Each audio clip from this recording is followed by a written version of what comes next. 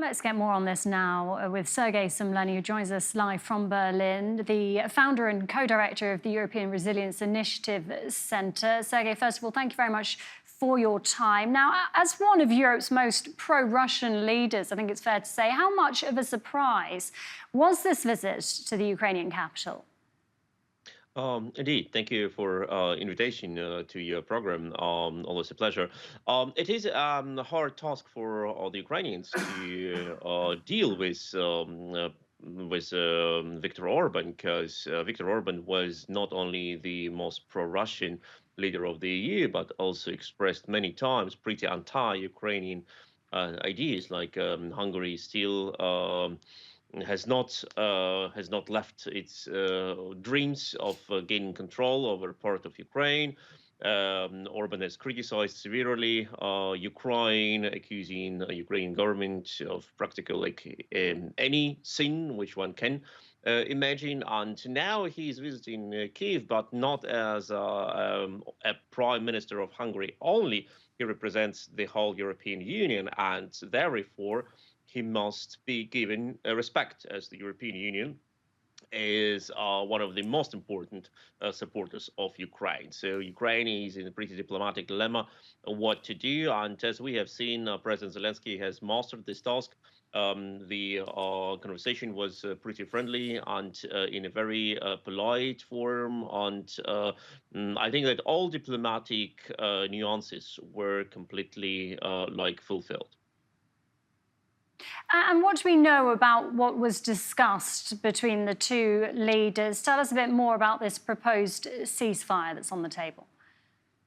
Well, there are many topics for the discussion between two state leaders, and it's not only about the ceasefire; it's also about if we were speaking about whom does Viktor Orban represent, Hungary or European Union. Still, the questions about the Hungarian minority in Ukraine and the territorial questions and the education, what language its schools operate with, etc.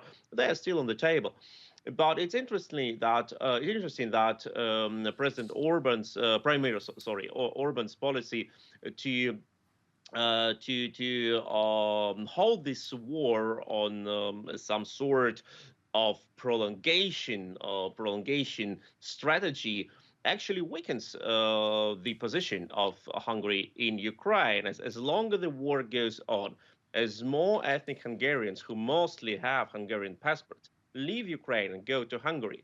So each month of prolongation of this war means that the number of people who support Viktor Orban inside Ukraine and who are not only Hungarian but also Ukrainian citizens, it reduces. So Orban is pretty much in this dilemma when he tries to push Ukraine into some sort of ceasefire or prolongation of this war.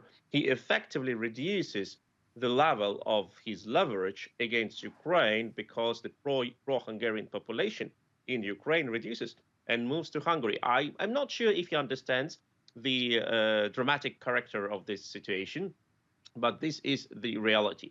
And the discussion, the topics of the discussion, we know they were pretty numerous, including possible ways of negotiations with Russia, under which conditions negotiations can start, should they be direct or indirect through some sort of mediators. And of course, Viktor Orban dreams to be one, but I'm not sure that Ukraine will ever trust him to be such a moderator. And Sergej, Viktor Orban's hit out at both financial and military aid for Ukraine. And we've just heard that the US Secretary of Defense Lloyd Austin has said that the US is expected to announce a further $2.3 billion in security assistance for Kiev. How much is that needed right now by Ukraine? Well, it is absolutely needed, and I have come from Ukraine 2 days ago. I was visiting war zone in Donbass, fighting units, several brigades, which we support with electronic equipment. And you can see the level of destruction is unprecedented. You literally drive hour for hour through landscape with destroyed bridges, with demolished houses. You see almost no civil cores. You see mostly military cores.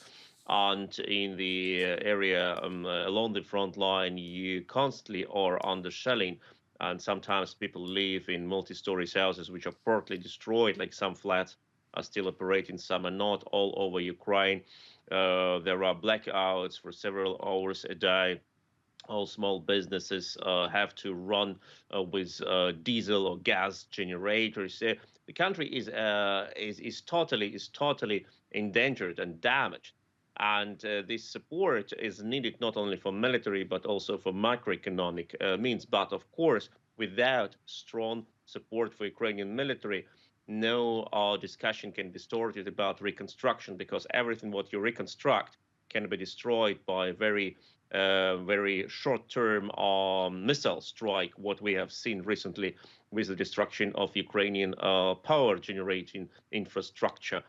Ukraine has lost about 90% of coal power plants, and almost every gas power plant what Ukraine has now is only nuclear power plants, except of one hijacked by the Russians, and two hydropower plants Sergej. left. That's in the Sergej, we really appreciate your time. Unfortunately, we're out of time, but thank you for talking to us this evening. Sergej Sumlenny speaking to us live from Berlin.